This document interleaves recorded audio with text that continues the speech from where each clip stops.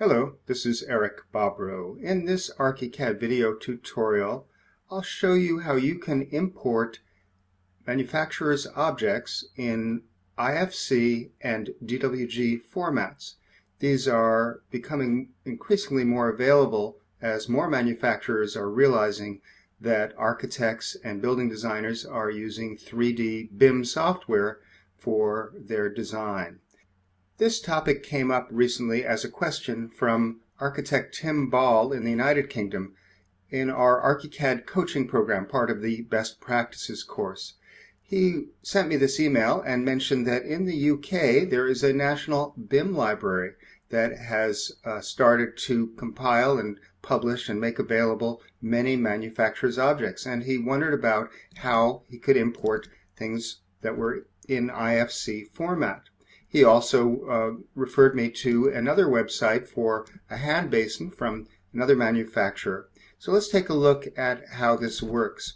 I'll go to the website for the National BIM Library. This is just one of many websites nowadays that have 3D architectural objects, primarily from manufacturers, that are in a variety of formats. So if we look at the BIM content here, you'll see that we can look at, say, sanitary appliance systems and see different types of plumbing fixtures, toilets, etc. And then the one that he asked me to look at, just as an example, is the cleaner sink. So if I click on this, you'll see that it brings up more information about it.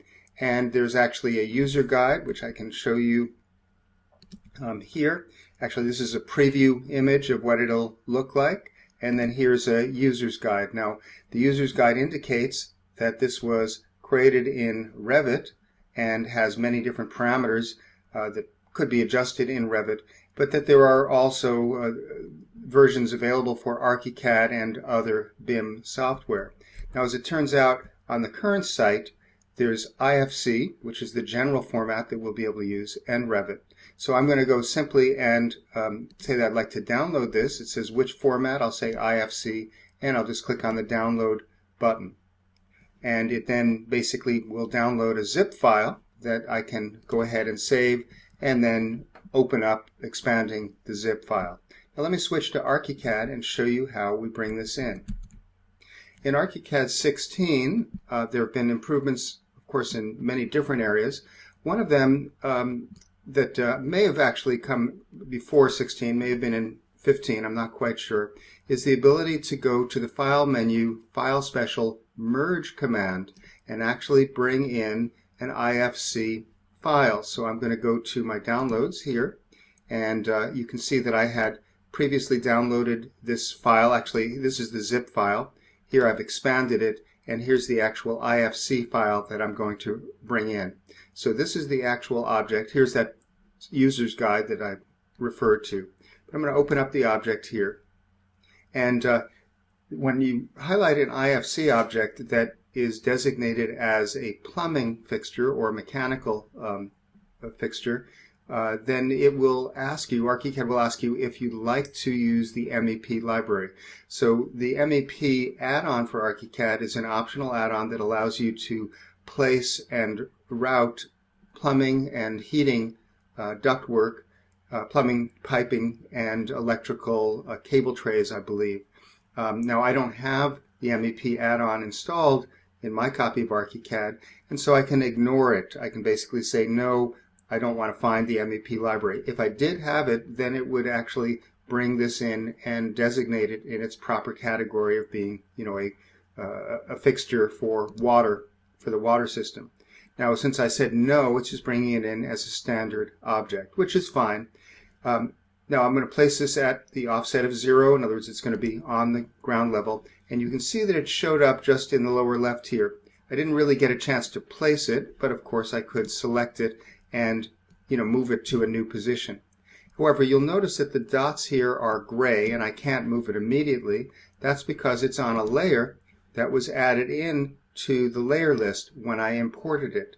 You can see that it's got a designation related to the IFC object, and that it's an import, and that it was brought in locked at that time. So one of the things about IFC in general is that it's used often for collaboration on building models.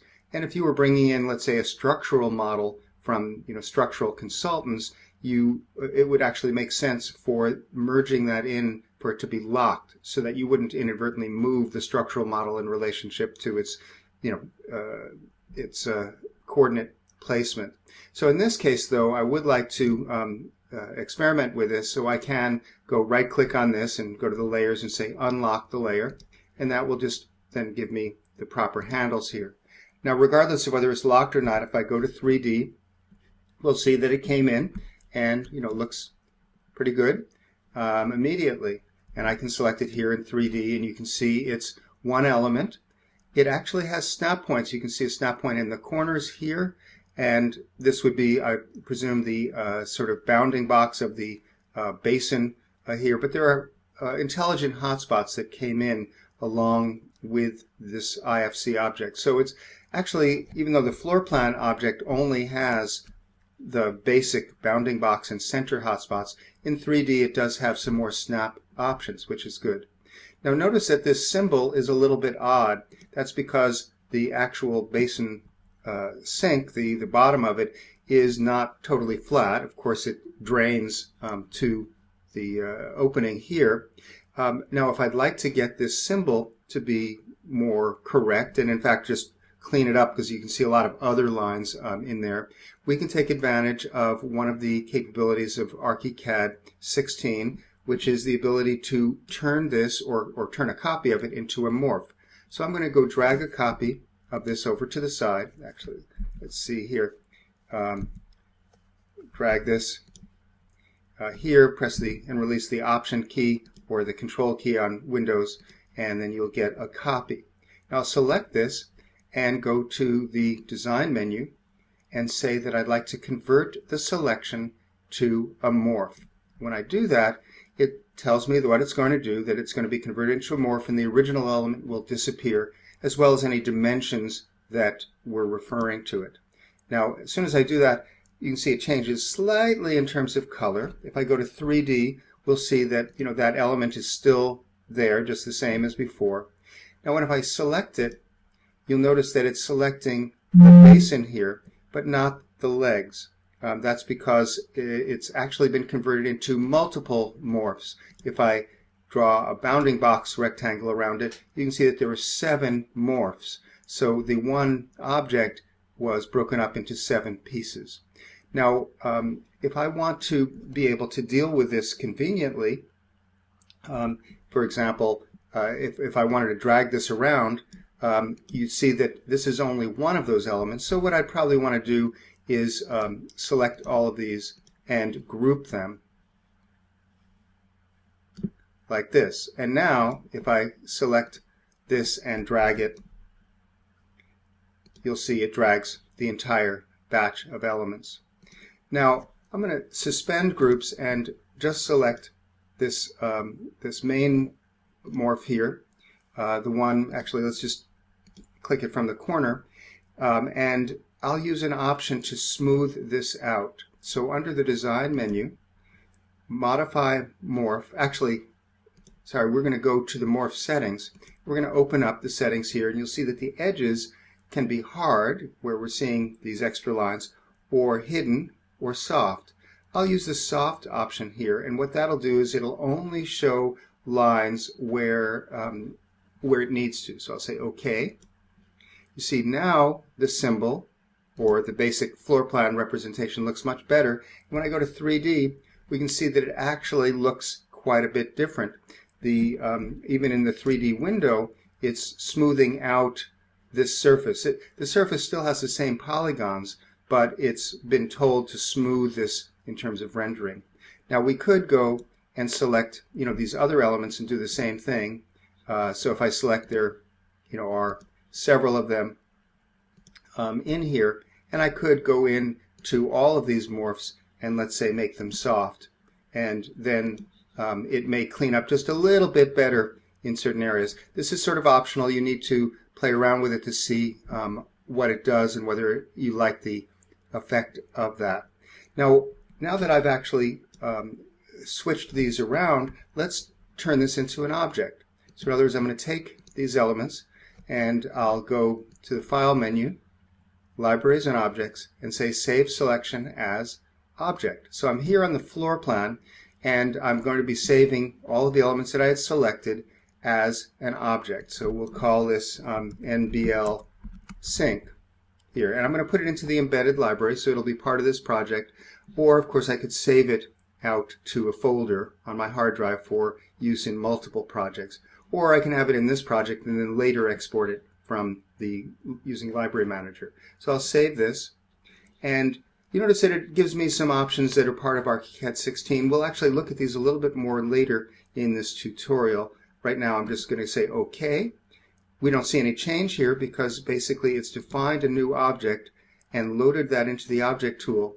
So now if I place this, perhaps I want to change it from the furniture layer to the equipment layer, then I will just click and place this. Now you can see that this is a single element, NBL Sync, the one that I created, and if I go to 3D, we'll see that it's now shown up, and it is, as we would expect, a single element here. It doesn't have all the same hotspots as it did before, but perhaps that's not necessary, and what's nice about this is that this is going to give a cleaner representation on the floor plan and in 3D views. In fact, if we were to take an elevation view of this, and I believe this one will probably point at it here, you can see it's a very nice clean representation.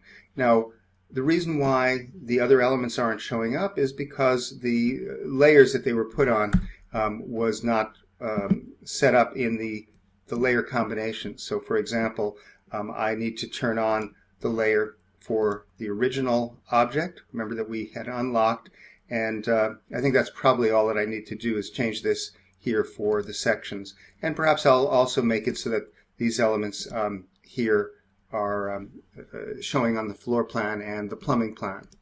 So I'll say OK. So now you can see this. Now the original element, you can see, had these facets, whereas the new element is much cleaner. So remember, this was the original one that I imported from IFC. The middle one is actually a series of morphs. If I select it, you can see here's a morph, or here's another morph. And then this is the new object that is very cleanly being represented. You notice when I select it, we can see the hidden geometry, but when I deselect it, we get a very nice, clean result. Now, there are a couple of other differences to pay attention to. If I select this element, the original one, and we open up its settings, and we go down to the tags and categories, you'll see that it came in immediately, or came in from the IFC import with an ID that designated something about it, NBL Sync Cleaner. And then IFC attributes, there's a whole lot of things in here that describe its name and some of its dimensions here. These are metric dimensions, of course. Now it turns out if you were to go in and change some of the dimensions, like this is just text, so it will not affect the model in any way. Now the parameters that we're seeing here, we have a little bit of options for 2D, in other words, line work, and 3D things, but not a lot of controls in the basic element that was imported.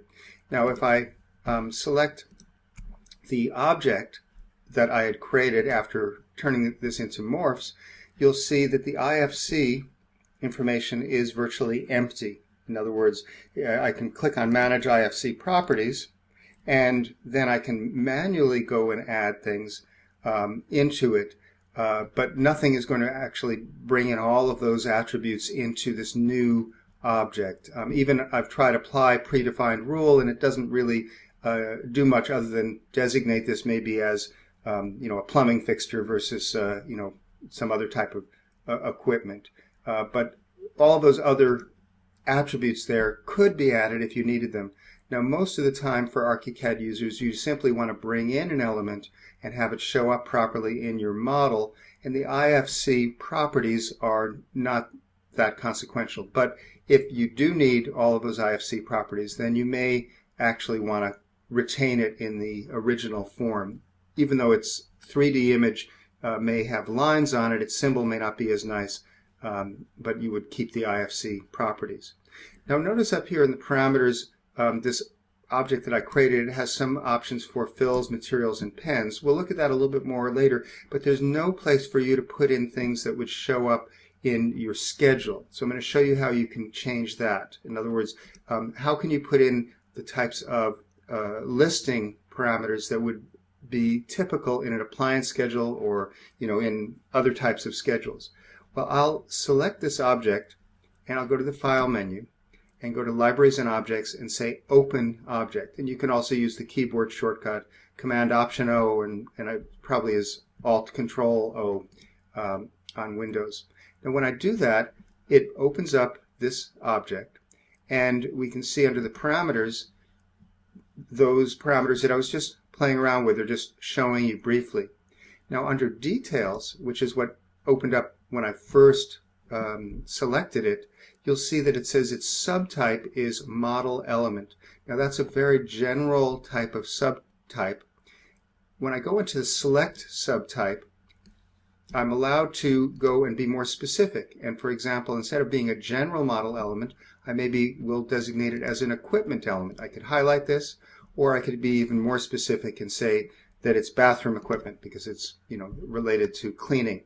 Now when I do that, whichever one I pick and I say select, we don't see much change here, just the name changes. But then if I go to parameters, you'll see there's a whole lot more parameters that were added. And if you look carefully, it'll talk about the note remarks, manufacturer, location, accessories. So these are the sort of things that will allow you, they give you a space to put in information that would show up in a schedule. So in the schedule for appliances or equipment, you can have these fields showing, and then having redesignated the subtype, this is going to be available. So I'm simply going to save the change of subtype for this NBL sync and close it.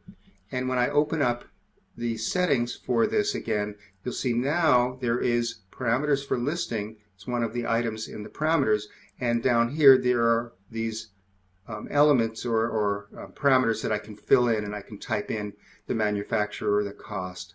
So this is independent of the IFC properties. It's intended for use with ArchiCAD schedules. So, and by the way, we could add it to this element here. In other words, we could open this and say open that object, and this is the imported one with all of the IFC, and I could change this again from model element, select a subtype, etc. I won't bother, it'll be exactly the same process. Now, the other question that Tim asked had to do with importing DWG files from manufacturers and what other formats we could do. So let's take a look at his question. He was talking about the Duravit website, which has a nice looking hand basin that's available in a variety of formats. When I use this link to open it up, we get this page here, and you'll see there are articles and technical drawings, but what we're interested in are the downloads. When we click here, it expands. Now, we could pick up the 2D information from PDF or product images that are TIFF, but what we really want are the 3D DWG.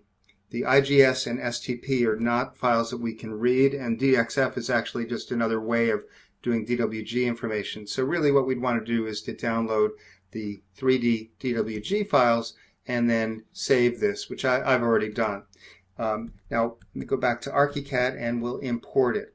So we can go to the File menu, File Special Merge to do this, but I feel we get a little bit more control under File, Libraries and Objects, Open Object, because we're saying we want to open this particular file as an object. When we do that, we can pick something from our embedded library, like the NBL sync that I created or the original IFC import. Now, by the way, if we have something selected when I say open library part, it'll immediately open that definition. What we want to do is have nothing selected, then we get a choice, and we can go browse for this. And when I browse for it, you can see in my downloads folder that the Duravit downloads was a zip file, and when it was expanded, it just turned into this rather odd, DWG. I mean, the name is not very, clear. But I can go ahead and open this. But before I do that, I'll point out that as a DWG file, it uses one of the translators, the preset translators that we've got. So these are ones that are in my environment. You'll probably have similar ones, maybe some other ones that you've created or edited. But if I go to the settings, I want to point out two things that are of interest. In recent versions of ArchiCAD, at a certain point, Graphisoft added this option to pick up the drawing unit definition from the file, from the actual DWG file. This means that we don't need to set the drawing unit size manually, which we did previously. So generally we want to use that wherever it works. Otherwise, this setting will determine how big the element is that is going to be coming in. The other thing is under the open options here, the 3D data, the 3D information, in this case of the sink, will go directly into the objects GDL script, which means we could potentially look at it or edit things. Binary 3D is another way. It may actually be more efficient in some ways in use, but GDL I would generally use. It will give some more flexibility. Even if you don't take advantage of it, it probably doesn't slow things down. So the main thing is that we're using the DWG import for editable import, and say open this, and it will then bring up the partial open dialog, which is something that was added in maybe ArchiCAD 14. It allows you to bring in DWG files only part of the layers if you didn't want all of the layers. In this case, as an object, I want everything, so I'll just say OK and bring in all of the layers. Now it just went through conversion, and you can see now it's an untitled object. When I go to the 3D view, we'll see that it does look like that sink. And in fact, if I orbit around, you can see that it is truly, a nice 3D element. Now the material is rather dark. We're going to change that after we place it, because right now it's just picking up the pen. Like this is drawn with a black pen, so it's rather dark color there. So all I need to do is go to the File menu and say Save, and this will allow me to save this. I'll give it a name, say DWG Sync. I could be more specific if I want, and then say I'd like to save it in the embedded library. Now when I click the Save button, I get an error message, which surprised me the first time I saw this. In version 16, because you can save objects to the bimcomponent.com portal for other people to use, they insist that you choose what type of licensing. Is this something you want to share freely or that you want to sell commercially? And you have to decide this even just as soon as you create it. So it didn't allow me to save it. I have to go in this details area and change it, the license, and pick one. Now public domain I think would make sense, since this is a something we downloaded from the website, and I don't really own it. But you can find out more about the different licensing terms here by clicking on this information button. It'll open up a web page that has a lot of information there. Having made that choice, now I can go ahead and do the save, and again type in DWG Sync and just hit save, and now it will successfully complete that, and in a few seconds it'll change the name up here to DWG Sync. Now I can just close this up because I don't need to make any changes. Remember, I could select the subtype here and perhaps make this an equipment, bathroom equipment here, and select, and then I'd want to go ahead and save this with the update. That means that it would have the listing information for something going into a schedule. Now I'm going to simply go and place this object here. You can see that it came in, looks like it's the right size relative to the other sink. When I go to 3D, we're going to see what it looks like. I'll select this. Let's see here, and select that, and you can see it's sort of got odd handles. It's just sort of out at the bounding box area. So, but that's fine. I can still select it. And one thing I may want to do is go under the model here. Since there's no controls in the main parameters area for the material, I might want to, instead of using the objects materials where it came in with all this gray, dark gray, I'll say make it whitewash, or perhaps make it a porcelain fixture. And when I do that, then you can see that it now looks quite a bit better. Now remember that right now it's porcelain here, but we've got all of these extra facet lines which are, ugly. And also if we go back to the original fixture here, we'll see that it did have porcelain base but a chrome or steel top. So I'd want to figure out a way to represent that better in ArchiCAD. Now I'm going to take this and clean up the symbol, the same way I did with the other one, by dragging a copy over here. And in the copy, I'll go to the design menu and say convert selection to morphs. That'll allow me to have more controls. It gives me the same error message or warning message saying that it's going to delete the original elements and any dimensions that were attached.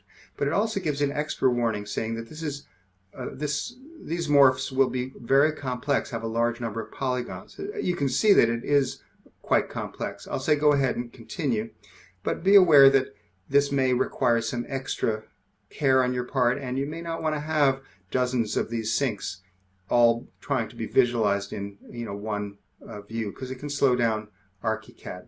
Now, to know how detailed this is, how many polygons, I find it useful to use the Window Palettes Polycount palette. Now this is something that you can add on to ArchiCAD. It's available for free from the Graphisoft website. If I select this element and refresh this, you can see that it's got 21,000 polygons. That's single sink. If I select the other sink here and I refresh, you can see it's got 1,600. So this one has got close to 15 times as many polygons as the other one. Now just to give it a comparison, if I go to the Object tool and pick a standard sink here and pick, let's say this mop sink, which is similar, and say OK and drop it in, and I select it and refresh, 382 polygons for that sink. So the built-in ArchiCAD objects are much more efficient. They're designed for simple visualization and clean elevations, interior elevations particularly. So just be aware that when you're bringing in manufacturer's elements, this Polycount add-on will give you at least some guidance on that. Now, if I go to the Help menu, this is where you would get that Polycount add-on from the ArchiCAD 16 downloads, or in earlier versions it might be called ArchiCAD 10 or 12 goodies. Because when I go to the downloads page, what you'll see is that downloads, these are called goodies. They're add-ons that are available for ArchiCAD that aren't installed by default, and you can download Windows or Mac versions and read in this little README file how to install it here. Now let's go back and actually try to clean this up. So I'll go and select these morph elements, and now look, there's 54 of them. Wow, that's pretty incredible. Now if I go and I tell these elements to be soft instead of hard, remember, and say OK, let's take a look. It's gotten a lot simpler. You can see the result there. When I go to 3D, we'll see that it's looking quite a bit better. But let's look at the issue that we have, let's say, in this area here. We can see it quite clearly that that there are a number of surfaces that are obviously forming a smooth curve, and it's got lines in between them. Why is that? Well, remember that it had so many different morphs. In other words, that it was like 54 different morphs. Well, let me just select several of them here. So I'll just carefully select them one at a time. And I found that actually, after playing around with this a bit, that it can be very, very useful to select these, and you may have to zoom in very carefully so you don't overshoot. But basically I'm selecting all of these elements and maybe this one adjacent to it.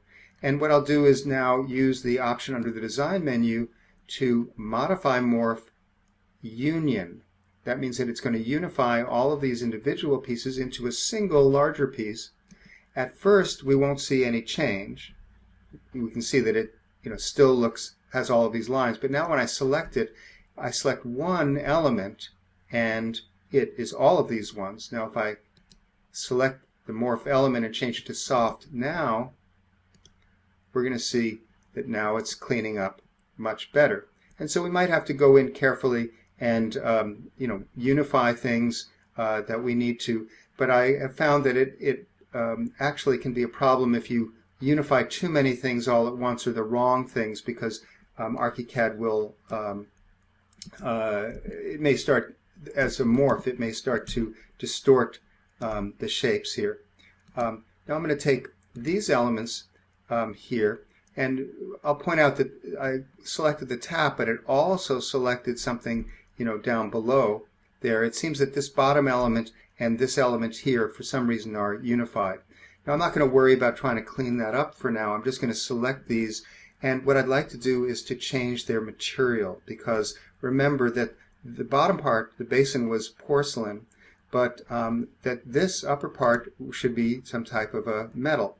And so I'll go and perhaps change this to a simple chrome here.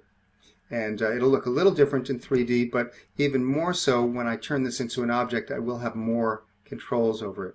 Now I could go ahead and clean up some more of this line work here, but I'm not going to take the time for that. I'm simply going to go and take this slightly cleaned up, somewhat cleaned up element, which is now still is 45 separate morphs. But I'm going to go and turn this, or create a copy of it, as an object. So save selection as object, and we'll call this Duravit Sync, let's say with tap with different material. So I'm just giving it a different name than the original element. It could be any name that you want. Now having done that, it then designates or shows me that I could have these materials parametric. And let's just say this porcelain, we'll just call this basin, and under here we'll call this tap. And so now I'm labeling it as I like. These are the initial materials that it's going to record, but later on I can specify them. So I'll just say OK. It's now saved that object. I'll go to the object tool and I'll place it here. And now you can see when I've got this placed that this new object, if I go and say that I'd like to use the parameters to control it, the materials, perhaps I want to make the tap, instead of chrome, just to demonstrate, maybe I'll make it brass or bronze or some other thing. And you can see how it changed that material. So this material now gives me control over the new object. So I'll just say OK. So we now have, if I go to 3D, we zoom out a little bit, we now have the original DWG import, the set of morphs that have only been partially cleaned up, and the new object that is got more capabilities, including being able to change the material of the taps here. So this concludes our study, our tutorial on importing IFC and DWG elements from manufacturers through either general BIM websites like the BIM Library in the UK, and there are many others that you'll find. Actually, new ones come out, seems like every month or two. And then, of course, manufacturers are starting to have more and more of these 3D objects, even just simply in DWG. But the ability to be able to import any of these and clean them up and incorporate them into schedules, because, as we saw here, I can have the parameters for listing. I can easily add those in when I create that object, or modify any object that's brought in. Here, if I select this and use the open open the library part, I can select the subtype, and by changing that to the appropriate one, then I'm going to have this element will now have the parameters for listing. So simply by changing that. So this concludes my lesson on importing IFC and DWG 3D library parts or pieces of equipment and furniture from manufacturers.